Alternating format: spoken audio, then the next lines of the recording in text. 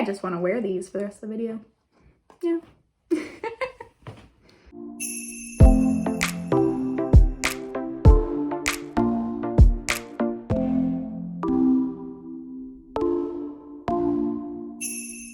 Hello everyone and welcome back to my channel. If you're new here, my name is Maria and I have made this YouTube channel as a way to document my upcoming adventures in the Disney Cultural Representative Program.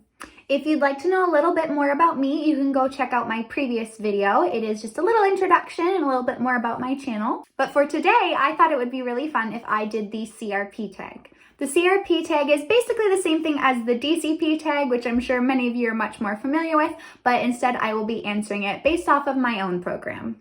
I thought this would be a great way for you to learn more about the Cultural Representative Program as well as more of my hopes and plans for the program. But yeah, let's get started. The first question is, how did you hear about the program?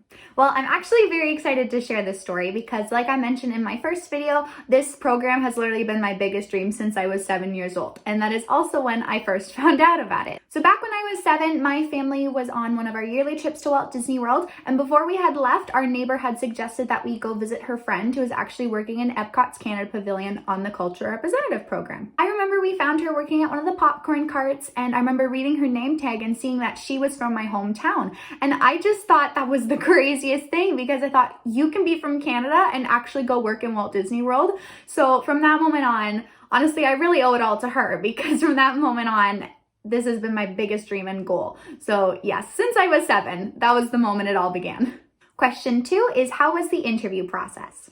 I'm definitely going to make a video more about the interview process so I can help you guys prepare for your interviews. But as for my personal interview, it couldn't have gone any better, to be honest. Like I mentioned in my first video, I had so much help prepping from my friend Megan that it went so smoothly. For the Cultural Representative Program, you have to go to an in-person interview. So for example, mine was in the city of Toronto. I remember the morning of my interview, I was so nervous. Honestly, like my mom and I headed up to a Tim Hortons. I had maybe like a quarter of a breakfast sandwich. Like I couldn't eat anything. I was so nervous, but I had all my notes prepped. I had my little nice professional outfit on that I'm sure I'll show you guys eventually. So I entered the building, I headed up to the Disney floor, and as soon as the elevator doors opened, I don't know, the magic just hit me. Like I was greeted with a Maleficent 2 poster and I immediately knew I was in somewhere special. I turned the corner and there were these beautiful glass doors with a Mickey imprint on them, and then the lobby was all decorated and Captain America's shield was there. Like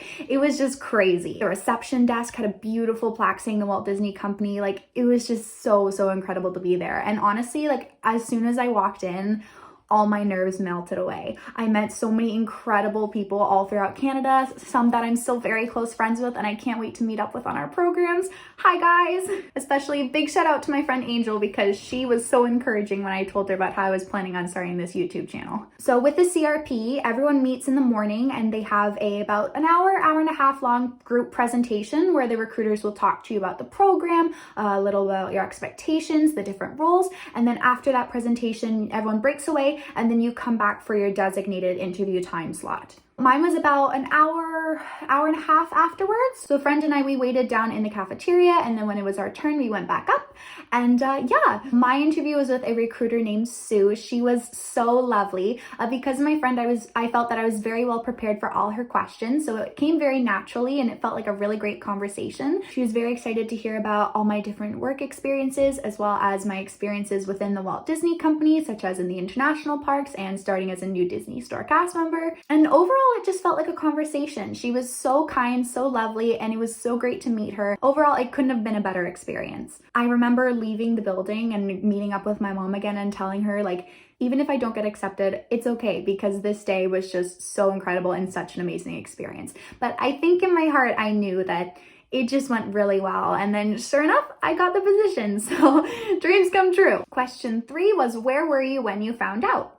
I love this question because honestly, finding out was better than I could have ever imagined.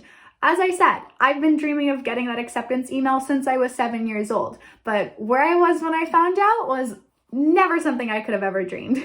They did tell us that there were going to be some technical issues that they had to revamp at the interview, and that meant we would be waiting a little bit longer than normal. But for me, it ended up being a 6-month wait because I was one of the last waves to go out. So not gonna lie, that was really tough, but it all paid off in the end because of where I got to find out about my acceptance. 6 months after my interview, I was back in Walt Disney World, believe it or not. We arrived on Monday, and I knew that day there was going to be a wave going out. But I tried telling myself, don't focus on it, just be happy that you're home. And I did check once in the morning, but sure enough, once we were there, things got really busy, and it kind of slipped out of my mind, and I was really just happy to focus on being back home in Walt Disney World. But then later in the evening, my boyfriend Josh and I were in Disney Springs. We went to Aristo Crepes, and I just sat down with my crepe, was beginning to eat it, pulled up my phone, checked my email, and sure enough, there was my acceptance email. So I immediately burst into tears.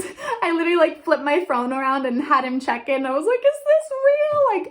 It was just crazy. I literally started sobbing, and it was pretty magical. The best part about it overall was that I literally got to spend the whole rest of the week in Walt Disney World celebrating. I wore my celebration button. I had so many cast members congratulate me and talk to me about it. I even had the most amazing character interaction with Mickey where he was telling me how proud he was of me.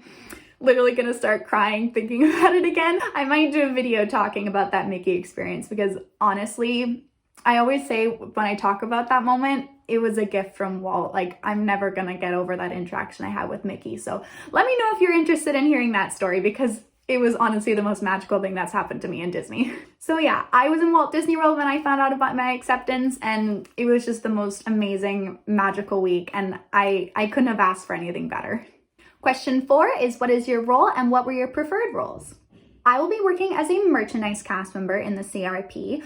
There are 3 different roles you can have in the Canada Pavilion. They are merchandise, food and beverage, and attractions. So with merchandise, I will be working at the Canada Pavilion gift shops as well as the outdoor kiosks, which I think will be really exciting. I'm really looking forward to being able to be right on World Showcase, and I think getting to watch the fireworks every night is definitely going to be pretty magical. And then as for attractions, you can be working in the Canada Pavilion shows as well as the KidCot stations, which I also think would be amazing. And then for food and beverage, you would be working at the popcorn carts and then in the restaurant of Le Cellier. Merchandise was definitely my top choice out of the 3 roles. I was also interested in attractions because I thought working KidCot would be amazing because that was always something I really loved doing when I was younger, and I'm hoping to be a teacher when I'm older, so I thought that would be a really great experience. And then as for food and beverage, I was definitely interested, but the only reason why I was a little lower than the other 2 on my list was because I don't have any experience in food and beverage. But as always, I was definitely willing to learn. So I thought any of them would be an amazing role to have. But then I got merchandise, which was my top choice. So it all worked out. Question 5 is, how did you find your roommates and how many roommates do you want? As of now, I haven't really picked any roommates. I do have a couple friends and we're hoping to link up, but because we have a little different arrival dates, we're wondering if it might be a little bit tricky to do. Either way, I'm really looking forward to making new friends and meeting new people from all over the world. That's definitely a big part of why I'm so excited to be living in Disney housing. But as for number of roommates, I think I'm kind of leaning more towards a 3-bedroom, 6-person apartment. I'd like to have lots of roommates, so you can make lots of friends and the rent's a little cheaper, but either way, I think no matter what the outcome will be, I think it'll be a great experience. I never lived in residence at school or anything, so this is the first time I'm going to have a roommate, so it's definitely going to be a new experience, but a welcome one. Question 6 is, what are you going to miss most while you're on your program? Of course, I'm definitely going to miss my friends, family, and my boyfriend, Josh. It's going to be really tough being away from all my loved ones for so long, but I'm incredibly lucky that everyone in my life is so supportive. I think it's because they've also always kind of known that this is something I was planning on and going to be doing in my life. So like I said, they've just been incredibly supportive and I'm very lucky. I know they've also got some plans to come down and visit me, so that'll be nice too. But yeah, so definitely my loved ones, and but I know they're going to come visit, so it's going to be okay. Question 7 is, what is your favorite Disney park? Out of the 4 parks in Walt Disney World, my favorite is definitely Magic Kingdom. All my favorite memories are in Magic Kingdom, and it's truly where all the magic in the park lies. But a close second is Epcot because I really love World Showcase. My mom and I are really big on traveling. My mom has been to over 50 countries at this point, and I've been to about 10. But so I really love World Showcase because getting to visit each individual pavilion and talking to the different cast members in that pavilion, it's literally like you're traveling the world and you get to learn so much about their cultures. I always have such a great time talking with those cast members and interacting as a guest with them. Because I'm doing the Culture Representative program, it's even more exciting because now I'm going to be a part of that for Canada and get to interact with guests and teach them more about my country. So it's definitely going to be amazing overall. So yes, I would say that Magic Kingdom is first and then Epcot is second. Question 8 is, what is the first thing you want to do when you arrive?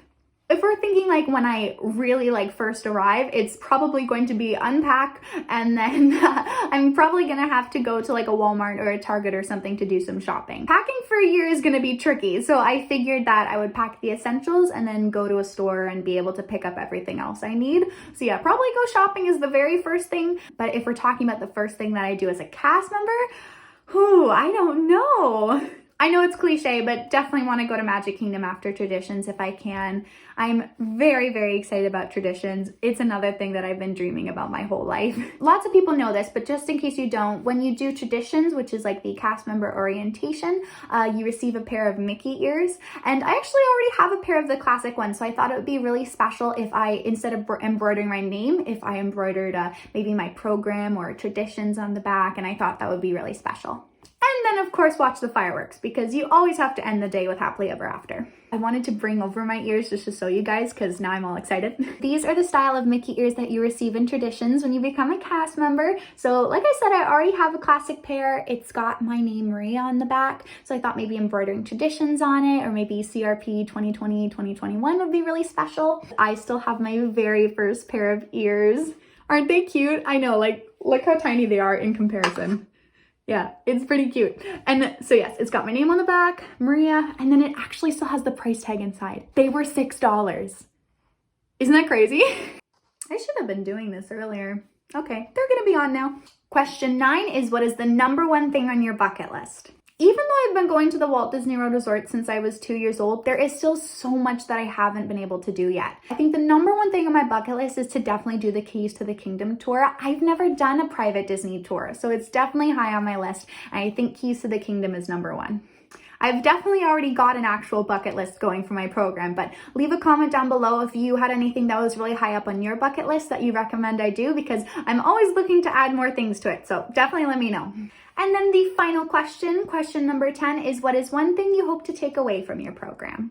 I keep saying it, but because being a Walt Disney World cast member has been my biggest dream for so long, I don't know, I've always wanted to be a part of Walt's legacy. You know, Walt Disney said it takes people to make the dream a reality, and I've always just, for my whole life, wanted to be a part of that dream and to make those magic moments for guests like other cast members have done for me in my life. I think what I'm really hoping to take away from this is just learn more about the company that I hold so dear to my heart and what it takes to make those magical moments, and I really hope that that is something I can carry with me for the rest of my life and know that I had a role in making those memories for guests. I think about Walt a lot because honestly, he gave me my dream and I don't know where I would be without him. So just knowing that I was a part of his legacy and his dream will just mean the world to me. I'm very excited. All right, so that was 10 questions for the CRP tag. I hope you guys got to learn a little bit more about me in the process and everything that I'm hoping for and planning to do on my program. If you've done the CRP or any Disney programs or about to do one like me as well, definitely let me know your answers. I'd love to chat with you guys. So for now, I hope you'll give this video a thumbs up and subscribe for more adventures, and I will see you real soon. Bye.